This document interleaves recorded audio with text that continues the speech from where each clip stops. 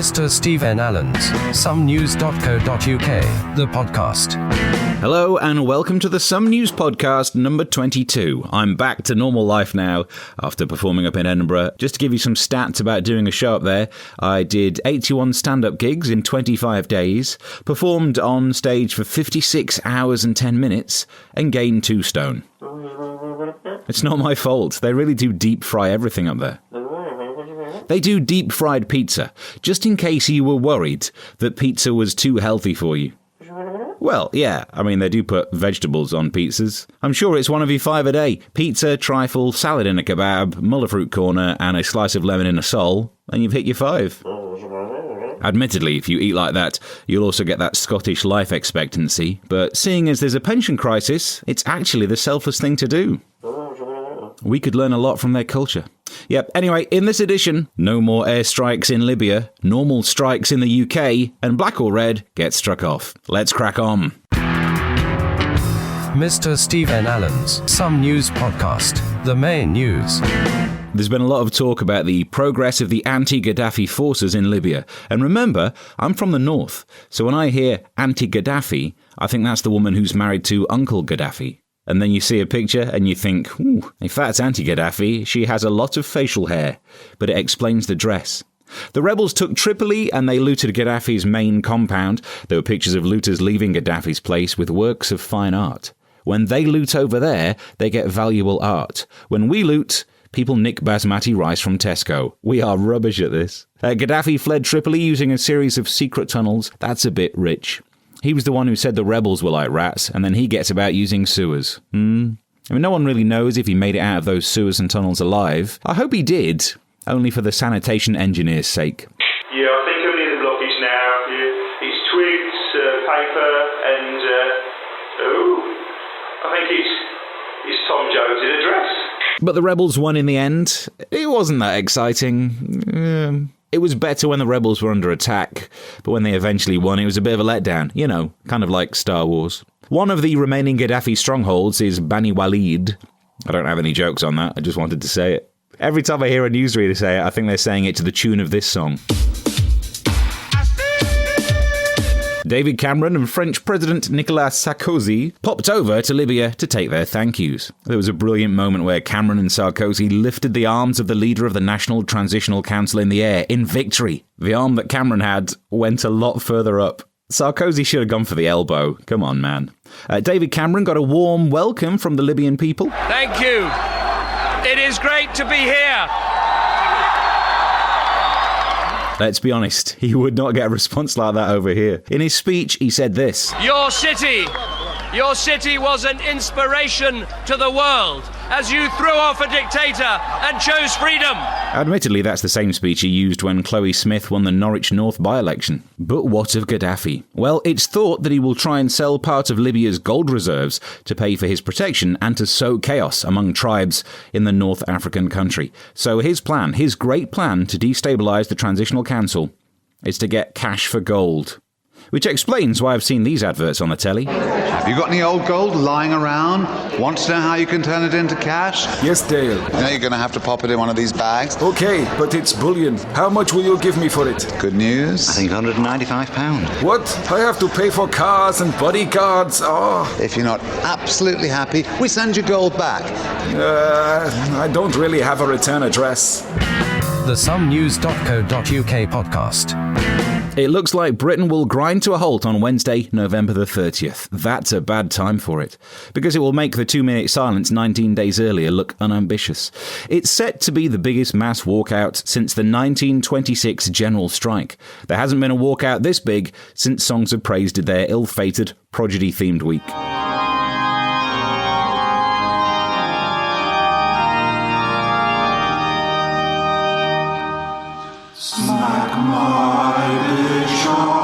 Union ballots could see nearly 3 million people take part in the strike. Wow.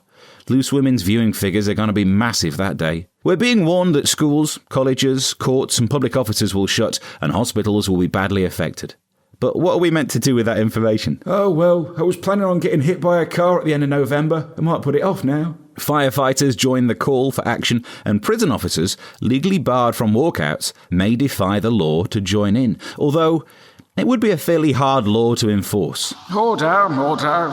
I find you guilty of breaking the law that stops prison officers from striking. Yes.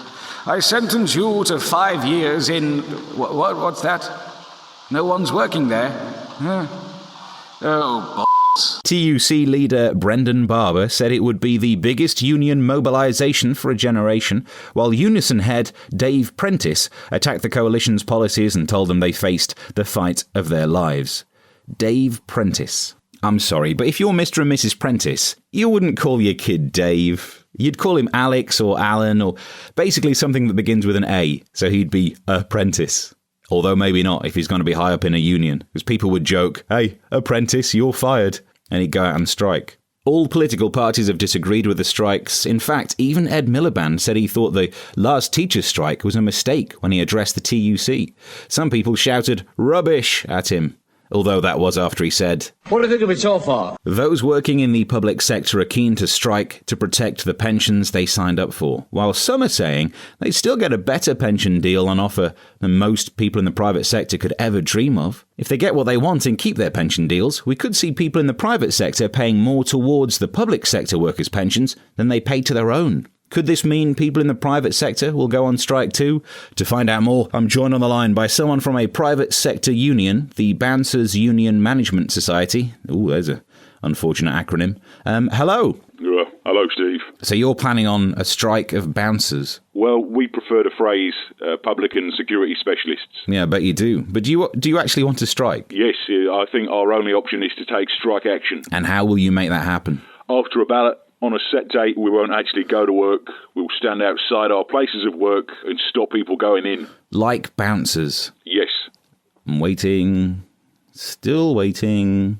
Oh, dear. Ah, there it is. The somenews.co.uk podcast. Entertainment news. It looks like the TV show Red or Black may be cancelled. Oh well, some you win.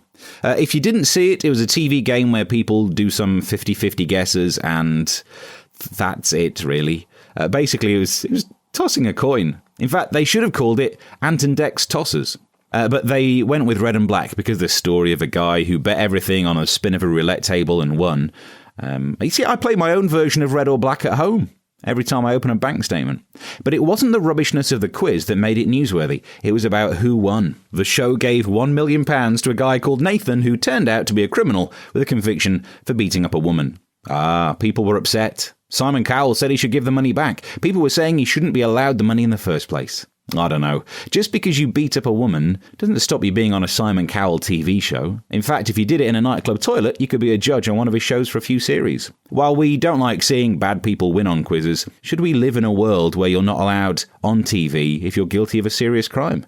Remember this, if that was the rule, we never would have had Dirty Den. If you don't understand that, Google it, you'll be surprised. And hey, if you don't let violent thugs on TV, the Jeremy Kyle Show would only be able to do a Christmas special. If criminals are banned from TV, though, should we include that in part of the sentencing? Order. I sentence you to 2 years imprisonment, and you are hereby banned from Eggheads. What?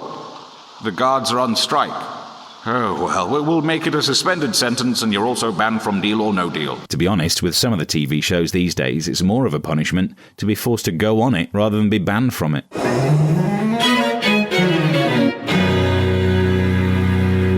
Hello and welcome to Only Connect, the hardest game on TV. Time for the connecting wall. There are still groups of connected clues, but this time they're all jumbled up together. Aye. And the teams have to find the groups and then get extra points for the connections. What? Now, the antiquarians won the toss, so they'll be going first.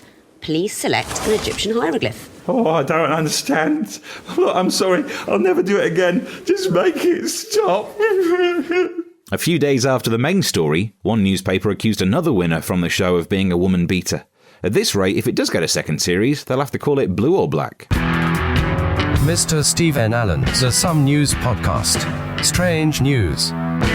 The richest woman in Britain and her billionaire husband have just splashed out on the biggest motor yacht ever built in the UK. Well, it's waterproof. Doesn't matter if she splashed out. Oh, I see what they mean.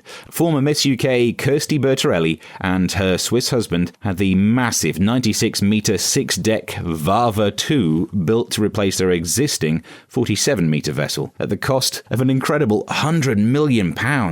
That's a terrible way to spend all that money. If you're looking for something that's got a great view of the ocean but's going cheap at the moment, buy Greece. This super yacht, the 33rd largest in the world, was built in Plymouth and boasts a luxury interior, helicopter landing pads, lavish guest cabins and 4 boats to ferry passengers to the shore. The hubby is the 5th richest man in the UK and the wife is currently ranked the UK's richest woman. But remember, money doesn't buy you happiness. But if you are going to be miserable, I'd rather do it on a luxury flipping yacht. It makes you think, if you could pick any mode of transport, money no object, what would you pick? I asked the question on Twitter. Here are some of the answers. Dan Owens 84, definitely have to be my own flying dragon. Nice. Son of Gav, laser-guided Segway. That's pretty cool. Craig Bumbleclart said, I would have a BMX with mag wheels. You live the dream, brother. Odd Shellfish, I'd have that water slide from the credit card advert. Only bigger. Ooh, and trampolines. Ooh, and hover scooters. Hashtag mature. Selena Realm said, most definitely a space hopper. Comfy.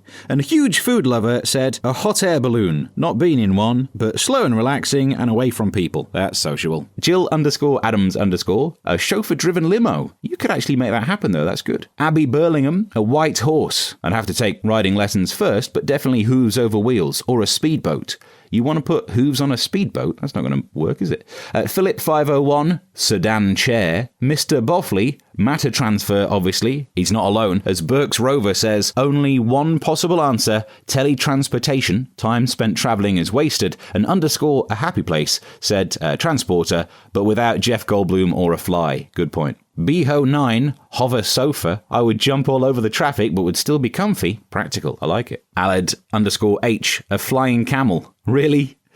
During this climate of the war on terror, I think you'd be shot down, mate. Scuzzmonster2 said, gotta be one of those wonky time machines. Rod Taylor had the original in the 1960s film. Trampster 1922 said, simple Steve, mode of transport would be the American Ford truck in my avatar. Go anywhere, tow anything. Jonas Amidu said, jetpack. He's not alone either, because Carl Quilliam said, jetpack, no contest. Die _Beach Swansea, ooh, it would have to be some advanced technology craft, sort of Area 51 shizzle. Flying saucer. Yeah, it could be difficult to park. Corny _MUFC. Horse and carriage. Oh, that's romantic. Margie Mum said, Back to the Future style skateboard. Maybe DB said Back to the Future-esque hoverboard. And NRM 1972 hoverboard. These hoverboards are popular. There's a market there if someone invents one. Megan Cheatham says, white pearlescent Porsche 911 convertible. Used to pass one on my paper round many years ago with white tail. I don't know what that is. It's either a thing on the car or you had a disease.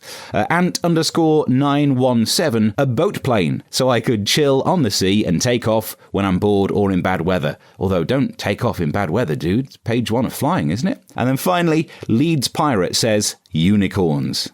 Someone has been on drugs. The somenews.co.uk podcast. Your letters. Just time for one of your letters. This one was asked on Formspring by Let's Be Avenue. They said, Dear Steve, what would be your ninja weapon of choice? I've thought about this for a long time, and I would have to say Rupert Murdoch's wife. The somenews.co.uk podcast. That's it for another episode. Check out somenews.co.uk for more stuff. Any emails to podcast@somenews.co.uk. Follow on Twitter at Mr. Steve N. Allen, and you can subscribe via iTunes. Till next time, bye. The Some News podcast. Get more at somenews.co.uk.